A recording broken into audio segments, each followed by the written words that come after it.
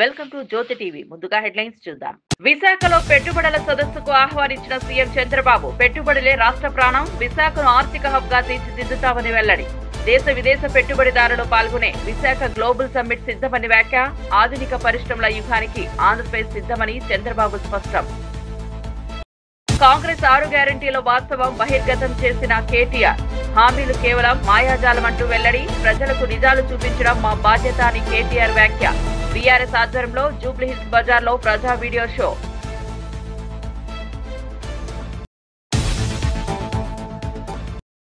Jubilee Hills drainage సమస్యలపై బూర నర్సయ్య గౌడ్ ఆగ్రహం. ప్రజల ఇళ్లలో నీరు, వీధుల్లో దుర్వాసన అని బీజేపీ నేత విమర్శ. కాంగ్రెస్ బీఆర్ఎస్ పాలనలో ప్రజలు ఇబ్బందులు ఎదుర్కొన్నారని వెల్లడి. డ్రైనేజీ వ్యవస్థ పునర్నిర్మించాలని ప్రభుత్వాన్ని కోరిన వైనం.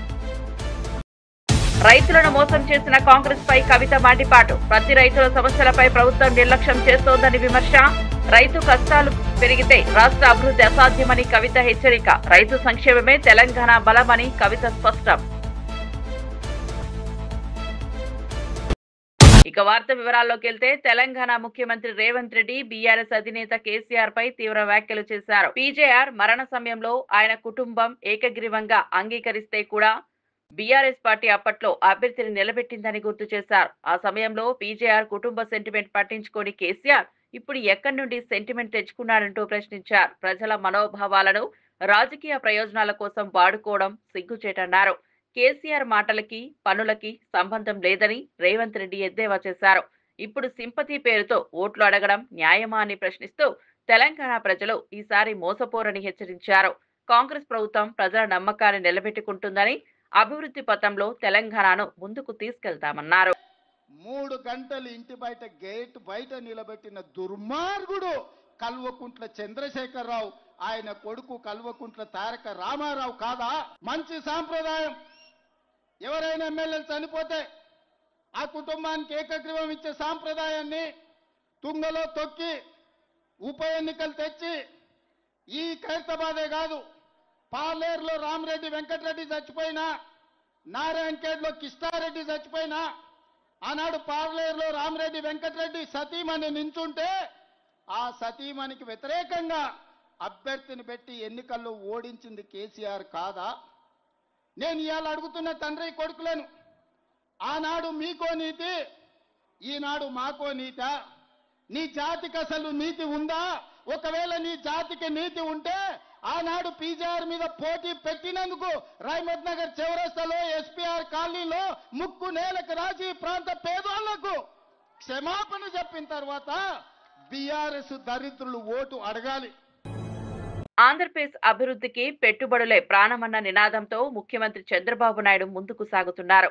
విశాఖపట్నంలో జరుగుతున్న భారీ పెట్టుబడుల సదస్సును అందరికీ ఆహ్వానించారు. ఈ సదస్సు ద్వారా రాష్ట్ర పరిశ్రమల అభివృద్ధికి, యువత ఉపాధి అవకాశాలకు కొత్త దారులు తెరుచుకుంటున్నాయని తెలిపారు. విశాఖను ఆంధ్రప్రదేశ్ ఆర్థిక హబ్ గా తీర్చిదిద్దడమే తమ లక్ష్యమని చంద్రబాబు అన్నారు. దేశ విదేశాల పెట్టుబడిదారులు పాల్గొనబోతున్న ఈ సదస్సు రాష్ట్రానికి కొత్త పరిశ్రమల యుగానికి నాంది అవుతుందని చెప్పారు. పారిశ్రామికవేత్తలు, వ్యాపారవేత్తలు, స్టార్టప్ ప్రతినిధులు అందరూ పాల్గొని ఈ అవకాశాన్ని వినియోగించుకోవాలని పిలుపునిచ్చారు. ఆధునిక సాంకేతికత, సుస్థిర పరిశ్రమల దిశగా రాష్ట్రం ముందడుగు వేస్తోందని, ప్రపంచానికి ఆదర్శంగా నిలిచే అభివృద్ధి దిశలో ఆంధ్రప్రదేశ్ ముందుకు సాగుతోందని సీఎం చంద్రబాబు నాయుడు పేర్కొన్నారు. We are having investors meet in August. That is in Visakhapatnam. I request all companies to come to Visakhapatnam. This is my personal invitation. Wherever I go, I will do some business.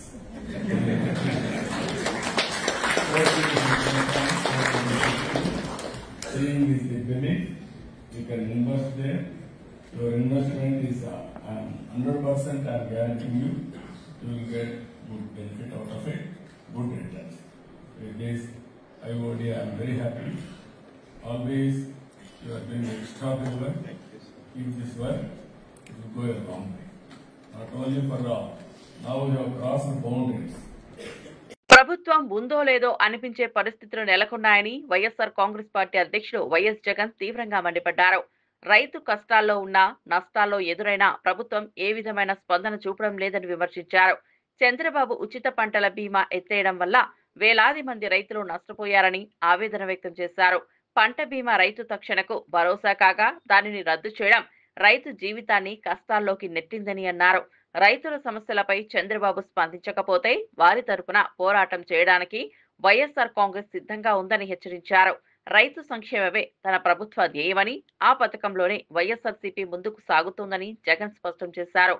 ప్రజల మద్దతుతో రైతు గౌరవాన్ని తిరిగి తెస్తామని ధీమా వ్యక్తం చేశారు. చూసుకోమని చెప్పేవాళ్ళం. ఈ రోజు ప్రభుత్వం చేస్తా ఉన్న పనితీరు గాలికి ఎగిరిపోయింది. ప్రభుత్వం అన్నది ఈ రోజు ఉందా లేదా అర్థం కాని పరిస్థితిలో రైతున్నాడు. రైతుకు నష్టం వచ్చినా కష్టం వచ్చినా గానీ పట్టించుకునే పరిస్థితి ఎక్కడా కూడా కనిపించని పరిస్థితిలో ఈ రోజు రాష్ట్రం ఉంది. నేను ఇవాళ చంద్రబాబు నాయుడు గట్టిగా చెప్తా ఉన్నా, ఎందుకు లెక్కలు తక్కువ చేసి చూపిస్తా ఉన్నారు? 15 లక్షలు అని చెప్పి పంట నష్టం జరిగిన పరిస్థితులు గతంలో ఎప్పుడు జరగలేదు అని చెప్పి ఆ రోజు మీ ఎల్లో మీడియాలోని పేపర్లు సైతం రాసినాయి. ఎందుకు రైతులకు తోడుగా ఉండడానికి ఎందుకు వెనకడుగు వేస్తున్నారు? ఎందుకు రైతులకు ఎన్యూమరేషన్ కోసం అప్లికేషన్ పెట్టుకుంటే ఎన్యూమరేషన్ చేస్తే మీ వరి పంట మేము కొనుగోలు చేయము అని ఎందుకు రైతుకు భయపడిస్తున్నారు? ఎందుకు లెక్కలు తక్కువ చేసి చూపిస్తా ఉన్నారు? ప్రభుత్వం అన్నది రైతుకు మంచి చేయాల్సింది పోయి రైతుకు నష్టం చేసే కార్యక్రమం ఎందుకు చేస్తా ఉన్నారని అడుగుతా ఉన్నా.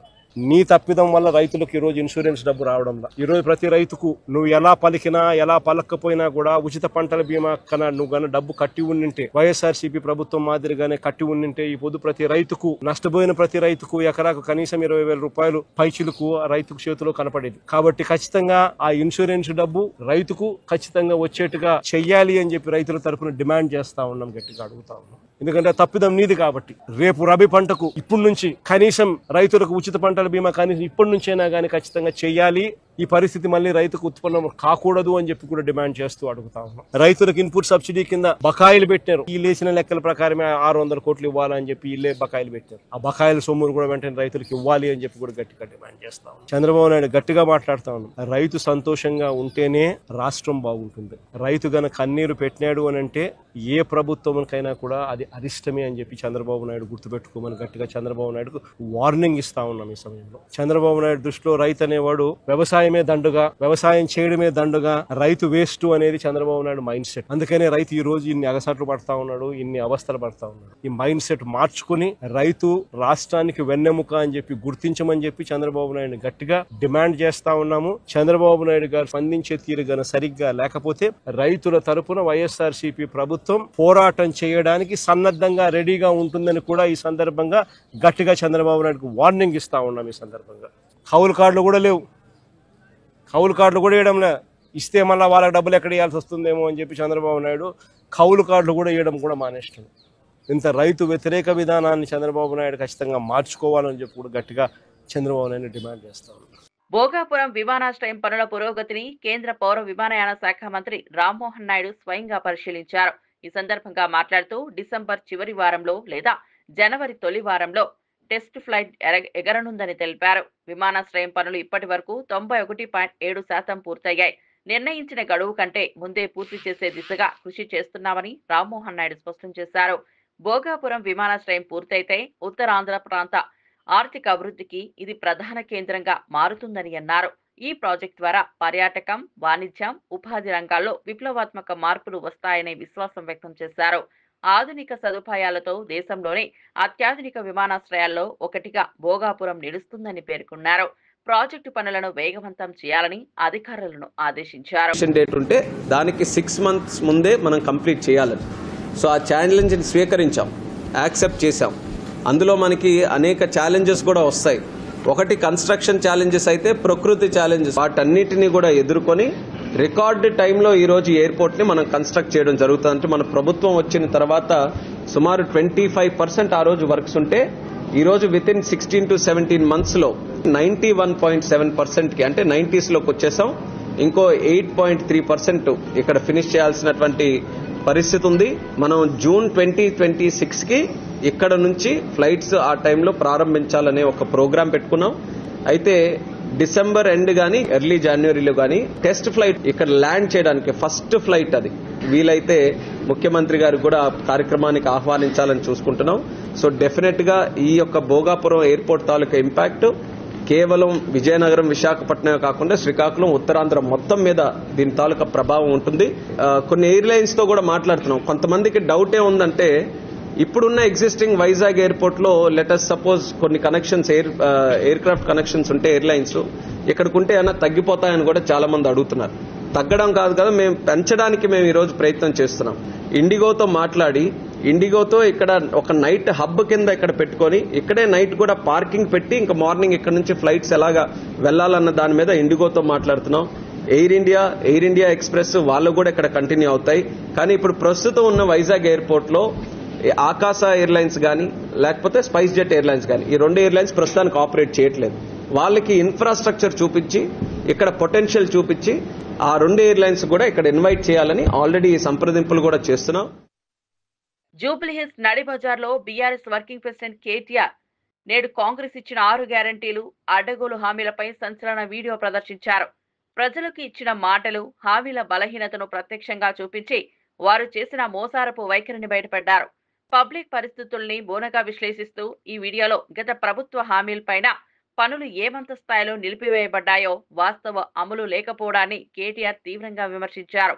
జనం ఎదురైన సమస్యలపై నిజాయితీతో స్పందించే పొరపాటును బయటపెడుతూ ప్రస్తుతం ఉన్న కాంగ్రెస్ అభ్యర్థుల మాటలపై ప్రజలకు అవగాహన కల్పించాలని ఆయన ఉద్దేశమన్నారు.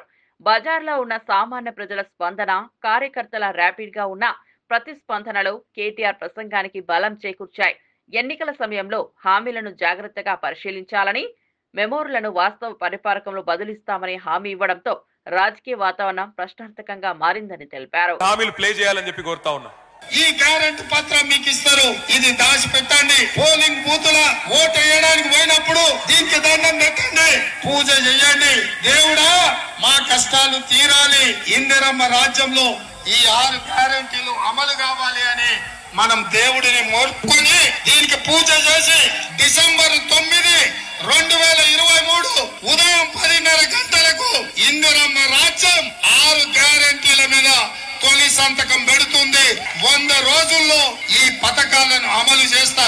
మీ ఇంటికి తీసుకొని వచ్చి మీ ఇంట్లో వివరాలు రాసుకొని ఈ కార్డు మీ ఇంట్లో ఇచ్చి రావటం జరుగుతుంది. ప్రతి ఇంటికి ప్రతి కాంగ్రెస్ కార్యకర్త వచ్చి ఈ కార్డు ఇస్తాడు. దయచేసి నేను ప్రజలందరికీ విజ్ఞప్తి చేసేది ఏంటంటే ఈ కార్డు చాలా అత్యంత విలువైనది. ఈ గ్యారంటీ కార్డుని అత్యంత భద్రంగా భద్రపరచుకోండి. 3 నెలలు జాగ్రత్తగా దీన్ని కాపాడుకోండి. మా ప్రభుత్వం రాగానే మీరు ఈ గ్యారంటీ కార్డు తీసుకొని రాగానే అందరికీ 100 రోజుల్లో దీన్ని అమలు చేసేటువంటి కార్యక్రమం చేయబోతా ఉన్నాం.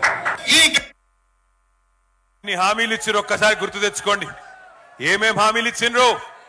మహిళలకు చెప్పిండ్రు అత్తలకు 4,000, కోడళ్లకు 2,500 వస్తున్నాయి. అత్తలకు 4,000, కోడళ్లకు 2,500 వస్తుందా? 2,500 వస్తుందా? 4,000 పెన్షన్, తులం బంగారం ఇస్తా అన్నాడు. కేసీఆర్ గారు ఆడపిల్ల పెళ్లి చేసుకుంటే 1,116 రూపాయలు ఇస్తే అదేం సరిపోతుంది, నేను తులం బంగారం ఇస్తా అన్నాడు. ఇస్తున్నాడా తులం బంగారం? జర గట్టిగా చెప్పాలి, వినబడతలేదు. వస్తుందా తులం బంగారం? వస్తుందా? 4,000 పెన్షన్ వస్తుందా? 2,500 ఆడబిడ్డలకి. అట్లాగే ఇక చూడండి ఒక్కొక్కరికి ఏమేం చెప్పిండో. విద్యార్థినులకు స్కూటీలు, ఆడబిడ్డలకు బతుకమ్మ చీరలు, లగ్గం చేసుకుంటే తులం బంగారం. ఇంకా చెప్పిండు నెలకు 2,500. ఇక రైతన్నలకు నెలకు కేసీఆర్ గారు 10,000 ఇస్తే నేను 15,000 ఇస్తా అన్నాడు. కౌలు రైతులకు 15,000 ఇస్తా అన్నాడు. 2 లక్షల రుణమాఫీ చేస్తా అన్నాడు. 500 రూపాయల బోనస్ ఇస్తా అన్నాడు. విద్యార్థులకైతే నిరుద్యోగులకు మొదటి సంవత్సరంలోనే 2 లక్షల ఉద్యోగాలు ఇస్తా అన్నాడు. ప్రతి విద్యార్థికి విద్యా భరోసా కార్డు అన్నాడు. నిరుద్యోగులుంటే నెలకు 4,000 రూపాయల నిరుద్యోగ భృతి అన్నాడు. ఫీజు రీయింబర్స్మెంట్ మొత్తం ఇచ్చేస్తా అని డైలాగులు కొట్టిండు. ఇక మైనారిటీలకు 4,000 కోట్ల బడ్జెట్ అన్నాడు. 1,000 కోట్లు అదనంగా ఇస్తా అన్నాడు. అట్లాగే మైనారిటీ సబ్ ప్లాన్ అన్నాడు. ఇంకా చాలా చాలా కథలు, చాలా చాలా విషయాలు వాళ్ళకు కూడా చెప్పినాడు. అట్లాగే మరి 1, 2 కాదు, ప్రతి ఒక్కరికి ప్రతి వర్గానికి ఎస్సీలకు కేసీఆర్ గారు 10 లక్షల దళిత బంధిస్తే నేను 12 లక్షలు ఇస్తా.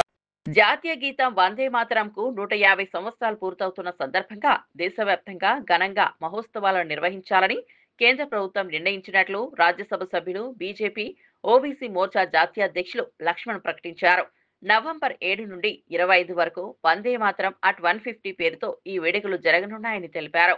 యువతలో దేశభక్తి, జాతీయతా భావాన్ని మరింత బలపరచడం ఈ మహోత్సవాల ప్రధాన ఉద్దేశమని చెప్పారు. స్వాతంత్ర సమరయోధుడు, ప్రముఖ కవి బకించంద్ర చటోపాధ్యాయ్ చటోపాధ్యాయ స్ఫూర్తిని నేటి తరం తెలుసుకోవాలని సూచించారు. విద్యార్థులు, యువత, మహిళలు పెద్ద సంఖ్యలో పాల్గొని దేశ గౌరవాన్ని మరింత ఎత్తుకు తీసుకెళ్లాలని పిలుపునిచ్చారు.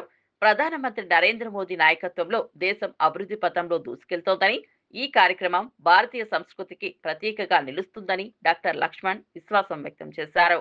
నినాదంగా దేశభక్తి, కర్తవ్య బోధ, మాతృభూమి పట్ల ప్రేమ, ఇది ఈ గీతం యొక్క సందేశం. వందే మాత్రము నినాదం వినిపిస్తే దేశభక్తి ఉత్సాహం ఉవ్వెత్తున ఉప్పొంగమే కాకుండా మరి ఇది భారతీయ హృదయాల్లో శాశ్వతంగా నిలిచిపోయినటువంటి ఆత్మ గౌరవ నినాదం. ఇది ఇటువంటి వందే మాత్రము ఈ గేయం జాతి ఆత్మను మెల్కొల్పినటువంటి నినాదం. అవమానం నుంచి పుట్టినటువంటి ఆత్మ గౌరవ పోరాటానికి ఇది ప్రతీక. భూమాత, దేవభూమి, జననీ జన్మభూమి అనే భారతీయ ఆలోచనకు ఈ గీతం మూలం. బెంగాల్ విభజనకు వ్యతిరేకంగా దేశవ్యాప్తంగా జరిగిన నిరసనలో వందే మాతరం నినాదం గర్జించింది, ఉత్తేజపరిచింది, ప్రజలను ఏకపరిచింది. ఆ రకంగా బ్రిటిష్ పాలనకు వ్యతిరేకంగా జరిగిన పోరాటంలో ఈ నినాదం ప్రజలు విశేషంగా ఉత్తేజపరచడమే కాకుండా ఇది ఒక ఉద్యమ గీతంగా కూడా మారింది. స్వదేశీ ఉద్యమంలో వందే మాత్రం ప్రముఖ నినాదంగా మారటము బాల గంగాధర్ తిలక్, లాలా లజపతి రాయ్, భగత్ సింగ్. జూబ్లీహిల్స్ ఉప ఎన్నికల ప్రచారంలో కాంగ్రెస్ అభ్యర్థి నవీన్ యాదవ్ ప్రజలను ఉద్దేశించి కీలక ప్రసంగం చేశారు. సెంటిమెంట్లు, సింపతీలు చూసి ఓటు వేయడం అభివృద్ధికి అడ్డుగా మారుతుందని స్పష్టం చేశారు. ప్రజల నమ్మకాన్ని నిలబెట్టే ప్రభుత్వం కాంగ్రెస్ మాత్రమే. మన ప్రాంత అభివృద్ధి మీ చేతుల్లో ఉంది అని నవీన్ పేర్కొన్నారు. తనను రౌడీ, గూండా అని పిలిచిన వారికి ప్రజల ఓటే సమాధానం ఇవ్వాలని అన్నారు. జూబ్లీహిల్స్ లో రహదారులు, నీటి సదుపాయాలు, మౌలిక వస్తువుల అభివృద్ధికి తాను కృషి చేస్తానని హామీ ఇచ్చారు. యువతకు ఉపాధి అవకాశాలు కల్పించేలా ప్రణాళికలు సిద్ధం చేస్తున్నామని తెలిపారు. అభివృద్ధి, ప్రజాసేవల పథకాన్ని ముందుకు తీసుకెళ్లే అవకాశాన్ని ఇవ్వాలని ప్రజలకు విజ్ఞప్తి చేశారు. నన్ను భారీ మెజార్టీతో గెలిపించండి, మన నియోజకవర్గాన్ని తెలంగాణలో ఆదర్శంగా నిలుపుదామని నవీన్ యాదవ్ పిలుపునిచ్చారు. అడిగినా కానీ తెల్ల రేషన్ కార్డు వచ్చిందని చాలా సంతోషంగా ఉన్నారు. సన్న బియ్యం తింటున్నామని చాలా సంతోషంగా ఉన్నారు. ఈరోజు కాంగ్రెస్ పార్టీ పట్ల, రేవంత్ అన్న నాయకత్వం పట్ల మన ప్రాంత ప్రజలకు బలమైన భరోసా వచ్చింది. మన ప్రాంతం అభివృద్ధి చెందాలంటే కాంగ్రెస్ పార్టీకే ఓటేస్తామని చెప్పి నేను పాదయాత్రలు తిరుగుతుంటే ప్రతి ఒక్కరు అదే మాట చెప్తున్నారు. ఇప్పుడు బాధ్యత మీరందరూ కూడా బలంగా పనిచేసి కాంగ్రెస్ పార్టీని గెలిపించుకునే విధంగా మనం ముందుకు పోవాలి. మరి నేను ఏ రోజన్నా ఎవరినైనా ఒక చెంపదెబ్బ కొట్టినా, ఎవరినైనా బెదిరించిన్నా, ఎవరైనా ఇల్లులు కడితే కూలగొట్టే ప్రయత్నం చేసినా, ఒక రూపాయి వసూలు చేసినా, అందరు పేదోళ్ళకి అండగా నిలబడ్డాం. మాతో చేతనైనంత సహాయం చేసినాం. నేను ఏ రోజు తప్పుడు పనులు చేయలే. ఇవాళ మీ కొడుకును పట్టుకొని రౌడీ అంటున్నాను. రౌడీనా? చేవెళ్లలో జరిగిన ఘోర రోడ్డు ప్రమాదంపై కాంగ్రెస్ నేత కొండా విశ్వేశ్వరరెడ్డి తీవ్రంగా స్పందించారు. ప్రజలకు మేలు చేసే విధంగా భూసేకరణ చేసే సురక్షిత రహదారి నిర్మాణం చేయాల్సిన చోట బీఆర్ఎస్ ప్రభుత్వం తమ రియల్ ఎస్టేట్ ప్రయోజనాల కోసం రోడ్డు ప్లాన్ మార్చిందని ఆరోపించారు. భూముల విలువలు పెంచుకోవడానికి ఇష్టారీతిలో ప్రణాళికలు అమలు చేయడం వల్లే ఈ దుర్ఘటన చోటు చేసుకుందని తెలిపారు. అమాయకుల ప్రాణాలకు కారణం బీఆర్ఎస్ నాయకుల ధనదాహమని విమర్శించారు. ప్రజల ప్రాణాలు విలువలేని ఈ విధానాన్ని కాంగ్రెస్ ఎప్పటికీ సహించదని చెప్పారు. భూసేకరణలో అవకతవకలు, రోడ్డు నిర్మాణంలో నిర్లక్ష్యంపై పూర్తిస్థాయి విచారణ జరిపించాలని డిమాండ్ చేశారు. బాధ్యులపై కఠిన చర్యలు తీసుకోవాలని కోరుతూ ప్రజా ప్రయోజనాలకే ప్రాధాన్యమిచ్చే అభివృద్ధి పథకాలను కాంగ్రెస్ అమలు చేస్తోందని కొండా విశ్వేశ్వరరెడ్డి స్పష్టం చేశారు. ఈ కేసు అయిపోయింది అండ్ నేషనల్ హైవేస్ అథారిటీస్ వాళ్ళు స్టే ఆర్డర్ ఉండే, స్టే ఆర్డర్ విత్డ్రా అయింది, ఇప్పుడు మొదలైంది. కానీ మొదలు కాకున్నా కూడా అంతకంటే ముందే ఎక్కడనైతే మరి చెట్లు లేవో, ఉదాహరణంగా చేవెళ్ళ బైపాస్, మోయినాబాద్ బైపాస్, ఆ పని ఆల్రెడీ ఏడాది మొదలైంది. కానీ ఇక్కడ మొన్ననే స్టే వెకెట్ అయింది. అది ఇక్కడ ఉన్నది, మొన్ననే స్టే వెకెట్ అయింది. అండ్ పని మొదలవుతుంది. కానీ ఇంకా నా విజ్ఞప్తి ఏంటంటే ఉన్నదాన్ని ఈ ఓంకర్ తింకర్ హైవేని కొన్ని షార్ప్ కార్నర్స్ అక్కడి చేసాను. కానీ ఈ రోజులల్లా రోడ్లు ఖరాబ్ ఉంటే ఏం యాక్సిడెంట్లు కావు, బండ్లు మెల్లగా అవుతాయి. రోడ్లు ఎంత మంచిగా ఉంటే అంత ఎక్కువ యాక్సిడెంట్. జూబ్లీహిల్స్ ఉప ఎన్నికల ప్రచారం మీద కాంగ్రెస్ ప్రభుత్వానికి ఎంత శ్రద్ధ ఉందో అంత శ్రద్ధ పత్తి రైతుల మీద ఉంటే ఈ స్థితి వచ్చేదే కాదని తెలంగాణ జాగృతి అధ్యక్షురాలు కల్వకుంట్ల కవిత విమర్శించారు. వరంగల్ రైతు డిక్లరేషన్ లో మాయమాటలు చెప్పి కాంగ్రెస్ అధికారంలోకి వచ్చిందని, కానీ ఇప్పుడు రైతులు నిరాశలో ఉన్నారని పేర్కొన్నారు. ప్రత్తి, సోయా, వరి, మక్క ఏ పంటకు రైతు సంతోషంగా లేడు అని ఆవేదన వ్యక్తం చేశారు. రైతు నష్టపోతే రాష్ట్ర ఆర్థిక వ్యవస్థ క్షీణిస్తోందని హెచ్చరించారు. ఎన్నికల ప్రచారం కోసం కోట్ల రూపాయలు ఖర్చు చేసే ప్రభుత్వం రైతు సమస్యల పరిష్కారానికి మాత్రం చులకనగా చూస్తోందని అన్నారు. రైతులకు మద్దతు ధర, బీమా, సమయానుసారమైన సహాయం అందించకపోవడం కాంగ్రెస్ వైఖరిని చూపుతోందని విమర్శించారు. రైతు అభివృద్ధి లేకుండా తెలంగాణ అభివృద్ధి అసాధ్యమని కవిత స్పష్టం చేశారు. ఇక్కడ నిన్న కనబడలేదు. ప్రభుత్వం 1 వీక్ లో మొత్తం పోయిన వారం అంతా కూడా జూబ్లీహిల్స్ ప్రచారం మీద ఉన్న శ్రద్ధ పత్తి రైతుల జీవితాల మీద లేకపోవడం అన్నది దారుణం. కాంగ్రెస్ పార్టీ వరంగల్కు రాహుల్ గాంధీ గారిని తీసుకొని వచ్చి రైతు డిక్లరేషన్ అని చేసి రైతులకు ఏదో చేస్తామని చెప్పి మాయమాటలు చెప్పి ఓట్లు వేయించుకొని వాళ్ళ అధికారంలోకి వచ్చిండ్రు. కానీ ఏ ఒక్క రైతు కానీ, అది వరి పండించే రైతు ఇవాళ సంతోషంగా లేడు, మక్క పండించే రైతు ఇవాళ సంతోషంగా లేడు, పత్తి పండించే రైతు సంతోషంగా లేడు, సోయా పండించే రైతు సంతోషంగా లేడు. ఇది కరెక్ట్ కాదు. రైతుని విస్మరించినటువంటి రాజ్యం ఎన్నటికి కూడా బాగుండదు. ఒక పక్క మీరు వాళ్ళకు బోనస్ ఇస్తలేరు, ఇంకొక పక్క టైంకి రైతు భరోసా మీరు ఇస్తామన్నంత అమౌంట్ ఇస్తలేరు, ఇంకొక పక్క యూరియా ఇయ్యలేకపోతున్నారు, ఇంకొక పక్క కరెంటు పోతున్నది. మరి ఇక రైతు వ్యవసాయం ఎట్లా చేసుకోవాలి? పోనీ చేసుకొని ఏదో ఒకటి చేసి కష్టపడి మార్కెట్కి తీసుకొస్తే దారుణమైనటువంటి పరిస్థితి ఉంది. నిన్న అక్కడికి పోతే రైతులు ఒకటే చెప్తున్నారు, మా ట్రాక్టర్ ఇట్లా లోపలికి రాగానే మాయిశ్చర్ కంటెంట్ తీసుకుంటున్నారు, డెఫినెట్గా అది ఎక్కువ వస్తుంది, మేము ఆరబెట్టుకున్న తర్వాత తీసుకోవాలి. ఈ కనీస చిన్నవి కూడా పాటిస్తలేరంటే నిన్న మీ అందరి సమక్షంలోనే నేను కలెక్టర్ గారికి మాట్లాడడం జరిగింది. వారు దానికి ఒప్పుకున్నారు. లేదు కొంచెం అవకాశం ఇస్తామని చెప్పిండ్రు. అంటే ఎక్కడికక్కడ ప్రతిపక్షం నుంచి వాయిస్ రేజ్ చేస్తే చిన్న సమస్యలైనా తీరితే అది రైతులకు లాభం అవుతుంది, ప్రజలకు లాభం అవుతుంది అనే ఉద్దేశంతో చేపట్టిన ఈ యాత్ర.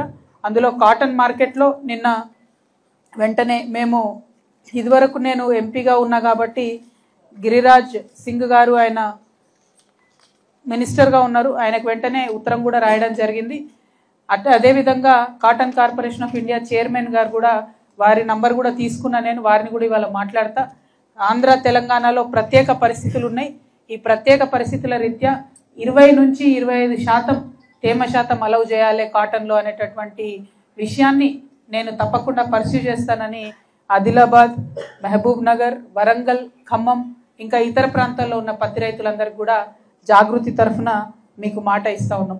ఎస్ఎల్బీసీ సొరంగం ఘటనపై బీఆర్ఎస్ నేత కేసీఆర్ ను విమర్శిస్తున్న వారిపై మాజీ మంత్రి జగదీష్ రెడ్డి తీవ్రంగా మండిపడ్డారు. శవాలకు వెలికి తీయడంలో కూడా విఫలమైన వారు ఇప్పుడు కేసీఆర్ పై నిందలు వేస్తున్నారని ఆగ్రహం వ్యక్తం చేశారు. ఇలాంటి విషాద ఘటనను రాజకీయ ప్రయోజనాలకు వాడుకోవడం దారుణమని విమర్శించారు. కేసీఆర్ పాలనలో రాష్ట్రం అభివృద్ధి దిశగా ముందుకు సాగిందని, ఆయన కృషిని తక్కువ అంచనా వేయడం ప్రజల అవగాహనకు విరుద్ధమని అన్నారు. ఏమైనా నష్టం జరిగింది, ద్రోహం జరిగింది అని అంటే అది తెలుగుదేశం కాంగ్రెస్ పార్టీలతోనే విషయం దేశానికి అంతా తెలుసు. చచ్చిపోయిన శవాలను తీసే ముఖాలు కూడా కావు, మీకు సిగ్గు లేకుండా ఇంకా మాట్లాడుతున్నారు. ఇక్కడ వాళ్ళు కారు కాబట్టి పాపం ఆ కార్మికులు ఆ కుటుంబాలు మీడియాకు అందుబాటులో లేరు కాబట్టి బతికిపోతున్నారు. గంత ద్రోహం చేసి ఇవాళ ఏదైతే సర్వే చేసినామని చెప్పి గొప్ప చెప్పుకోవడానికి పోయినరో ఆ సర్వే చేసిన తర్వాత మాత్రమే తేవాల్సి ఉండే ఈ టెక్నాలజీ.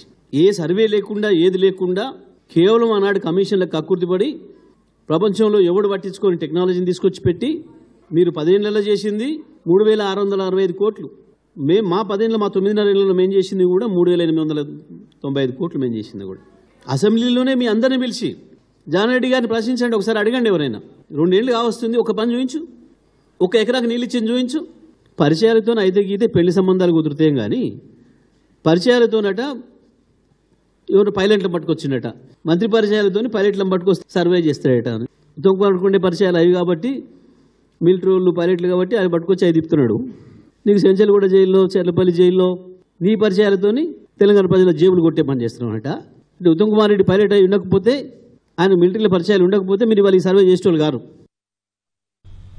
విద్యార్థుల ఆరోగ్య పరిరక్షణ అత్యంత ప్రధానమని ఆరోగ్య శాఖ మంత్రి డోలా శ్రీ బాల వీరాంజనేయ స్వామి అన్నారు. పాఠశాలలు, కళాశాలలో పనిచేస్తున్న నర్సులు, ఆరోగ్య సిబ్బంది విద్యార్థుల ఆరోగ్య పరిస్థితిని నిరంతరం పర్యవేక్షించాలని సూచించారు.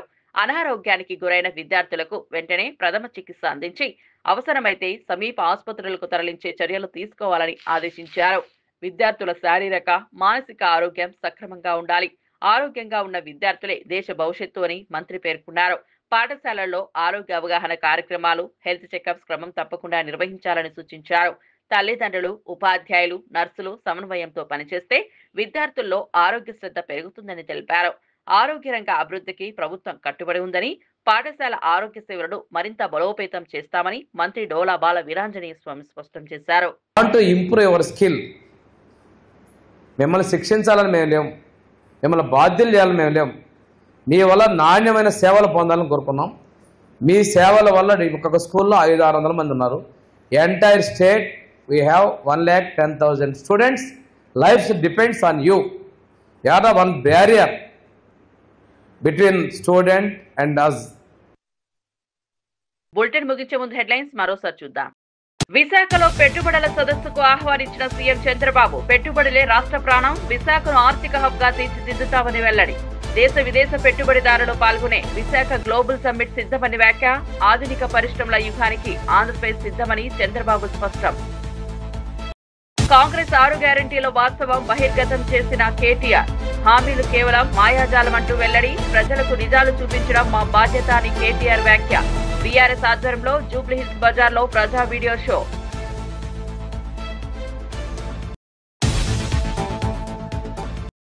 జూబ్లీహిల్స్ డ్రైనేజీ సమస్యలపై బూర నర్సయ్య గౌడ్ ఆగ్రహం. ప్రజల ఇళ్లలో నీరు, వీధుల్లో దుర్వాసన అని బీజేపీ నేత విమర్శ. కాంగ్రెస్ బీఆర్ఎస్ పాలనలో ప్రజలు ఇబ్బందులు ఎదుర్కొన్నారని వెల్లడి. డ్రైనేజీ వ్యవస్థ పునర్నిర్మించాలని ప్రభుత్వాన్ని కోరిన వైనం. రైతులను మోసం చేసిన కాంగ్రెస్ పై కవిత మండిపాటు. ప్రతి రైతుల సమస్యలపై ప్రభుత్వం నిర్లక్ష్యం చేస్తోందని విమర్శ. రైతు కష్టాలు పెరిగితే రాష్ట్ర అభివృద్ధి అసాధ్యమని కవిత హెచ్చరిక. రైతు సంక్షేమమే తెలంగాణ బలమని కవిత స్పష్టం. మరిన్ని అప్డేట్స్ కోసం చూస్తూనే ఉండండి జ్యోతి టీవీ.